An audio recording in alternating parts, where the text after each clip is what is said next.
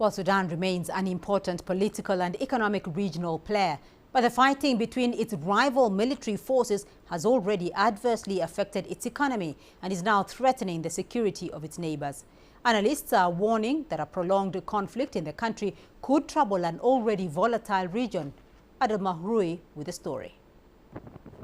Sudan is a country of 45 million citizens and shares land borders with 7 countries. That makes it a crucial link between the Horn of Africa and the continent's north, center, and east. Most of its neighbors have had domestic conflicts, making Sudan a sanctuary for many refugees fleeing fighting and instability in their countries for decades. But the recent fighting between the rival Sudanese military and the paramilitary rapid support forces has changed that.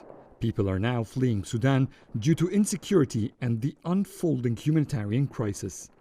We will face a catastrophe, especially on a humanitarian level. If the conflict extends, no one will be able to contain the implications. Sudan's population is big. Poverty is the main trait of its population. This means that its neighbors will have to provide these services instead.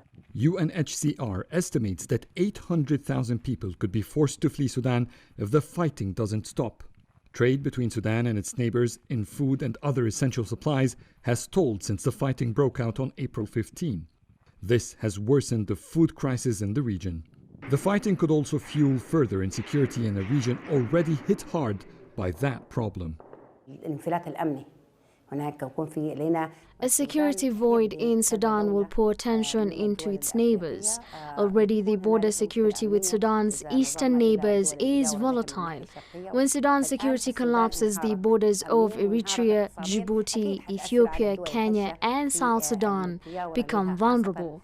The fighting in South Kordofan fuels tension among the tribes there, and that directly affects South Sudan's oil-producing region.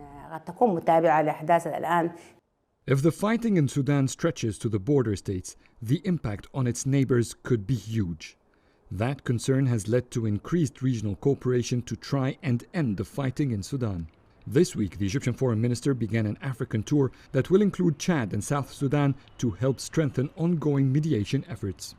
Sudan has for decades hosted people displaced by conflicts in the center and Horn of Africa. But now its own people are forced to flee the country because of the ongoing fighting.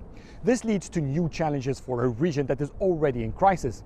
It also means that the African Union's crisis management structure now has another huge conflict to resolve. Adel Mahrui for CGTN, Cairo.